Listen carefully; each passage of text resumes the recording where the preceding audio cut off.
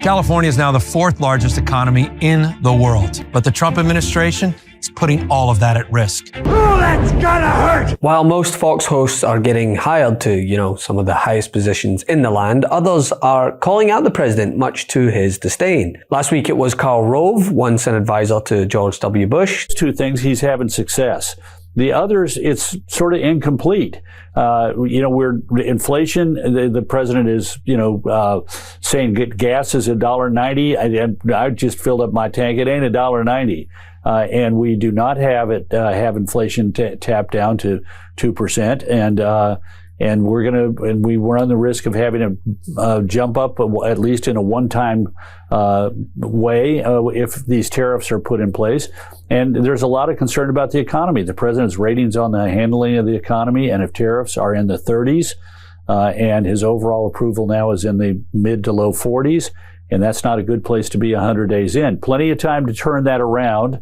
But he's got to be focused on those two things, I think, that people wanted, which was a strong and prosperous economy and inflation being wiped out. This week, well, there was plenty to choose from, as it seems that Fox producers just wanted to test Trump's limits a little bit by having on the likes of Bernie Sanders and Gavin Newsom. What my fear is, it's not my fear, it's the reality. We've seen 11% decline last month in tourism in the state of California. We're projecting after record-breaking tourism spend.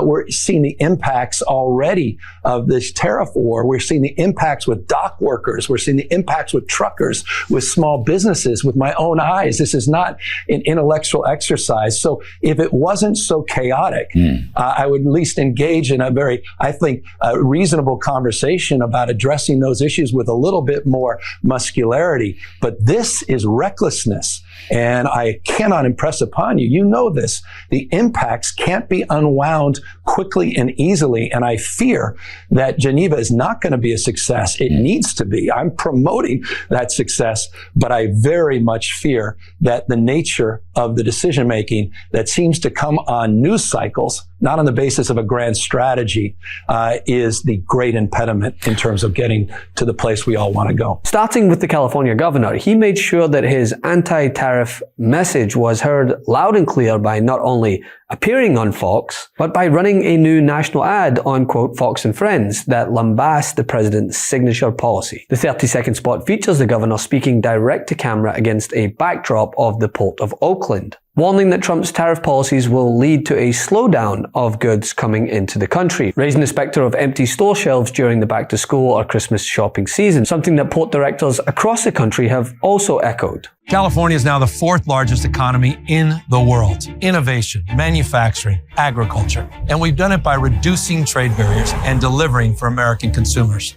But the Trump administration is putting all of that at risk, halting delivery of essential goods through our ports.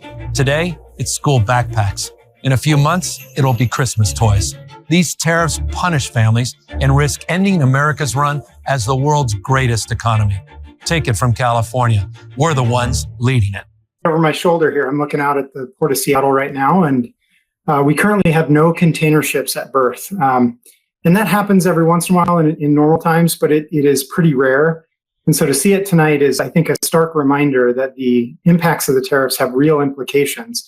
It means that we don't have longshore workers on the dock right now unloading merchandise. We don't have trains taking that merchandise to inland ports and all the way across the country to places like Des Moines, Iowa, and Chicago, Illinois. And that's hundreds of jobs right here in our region and across the country. You have none at your port right now? We currently do not have any container ships at port right now. That's correct. And that's because just nothing is being shipped over? I mean, that's pretty remarkable. Well, it is. It's pretty unusual. We do anticipate, I was looking at our schedule, we anticipate about 25 vessel calls between here and the Port of Tacoma over the next 7 days. And keep in mind, we're not just importing from Asia or just China. We do have activity from all over the world, largely the Pacific Rim, but we are seeing a significant drop in container volume through our gateway. You said this is rare. I mean, can you think of the last time that this happened, that you didn't have any of them coming in at your port? Probably the height of the pandemic was the last time I saw it, before we really started to see the surge in cargo towards the end of the pandemic. And when Trump was asked about this during a press conference, he gave this simply bizarre answer. Because business has slowed down, as you mentioned, we're seeing as a result, the ports here in the U.S., the traffic has really slowed, and now thousands of dock workers and truck drivers are worried about their jobs. That means we lose less money. You know, when I see that, that means we lose less money. Look, China was making over $1 trillion, 1.1 trillion, in my opinion. You know, different numbers from 500 billion to $1 trillion or $1 trillion. I think it was 1.1 trillion. And frankly, if we didn't do business, we would have been better off. Okay, you understand that. So when you say it slowed down, that's a good thing, not a bad thing. And then there was Bernie's appearance, where he used his time on the Murdoch manipulation network to blast the oligarchy, as he's been doing on his tour with AOC. You have this tour with Alexandria Ocasio-Cortez, Fight the Oligarchy. You've seen big crowds. Huge crowds. Explain it. Why do you think it's happening? I think, and by the way, we actually have information on this, Brett. It's not just, I'm an independent. We attract a lot of Democrats. It is not just Democrats coming out to our rallies. It is Republicans. It is a lot of independents. And why is that? I think there are a few concerns. Number one, when Trump gets inaugurated and standing behind him are the three wealthiest guys in America, Musk, Bezos, and Zuckerberg. And standing behind them are 13 other billionaires that Trump has appointed to head up major government agencies. People are really saying, really? This is a government of the billionaire class, for the billionaire class. People are worried about that. The other area, big deal, is the movement toward authoritarianism. You don't have a president of the United States suing the media because they did stories you don't like. You don't have federal agents picking up college students who may have come from another country, throwing them into a van, taking them to a detention center without any charges being leveled against them. You don't have the president of the United States saying, a judge ruled against me. We got to impeach that judge.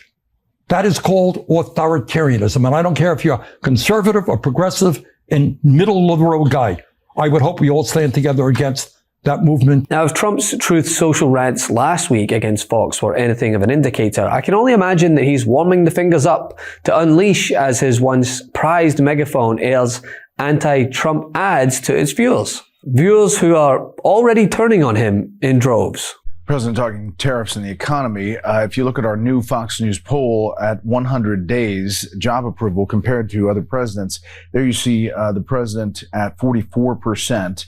And you see his first term at 45% at this mark, the 100-day mark. We have other new polls that are revealing some concerns about the economy. Let's talk about that. Okay. So this is happening all over the world, that countries are getting together behind our back, essentially, to figure it out. And Bessent gave an interview with CNBC. He was also before Congress and has admitted that we actually haven't spoken to China at all. You know how Trump said we were out there and I've been talking to Xi and Bessent, and credit to him that he wasn't going to lie about it. He says that that's not true, that we have 18 countries that we're targeting, 17 we've had conversations with, but not with China, which is the main issue here. Mm-hmm. And where he would have had the most support if he had said, I want to reevaluate our China trade policy. And now CEOs are feeling more emboldened to come out and talk about the real risks to their companies and to the American public from these tariffs. Like the Mattel CEO gave a lengthy interview where he talked about the increases in prices of toys, and that we do a lot of our toy making in the creation process here in America, but the manufacturing has to happen in China. Prices will go up. Microsoft says prices of your export. Because the children's tiny little hands can work on the dolls. Listen, don't you care about those children? I absolutely do care about those children. But the idea that we are going to reroute all of this manufacturing back to America and find little tiny American hands that are going to do it is a farce. What about tiny little Vietnamese hands? There was a very... So stop with the hands. It's distracting. You started the hands. Don't blame me. His hands are already tiny. The executive director of the Port of Los Angeles talked about what's going on there. 35% down in terms of volume. He says truckers are going to be laid off. Dock workers are going to be laid off. Everything. That's a big deal. It's always what's going to happen. And it never happened. And it never happened. It's not true that it doesn't happen. Prices are already going up. Layoffs at Mac, at their Lehigh plant, 10% of their force. These are real consequences. Can't get enough Meidas? Check out the Meidas Plus Substack for ad-free articles, reports, podcasts, daily recaps from Ron Filipkowski, and more. Sign up for free now at MeidasPlus.com.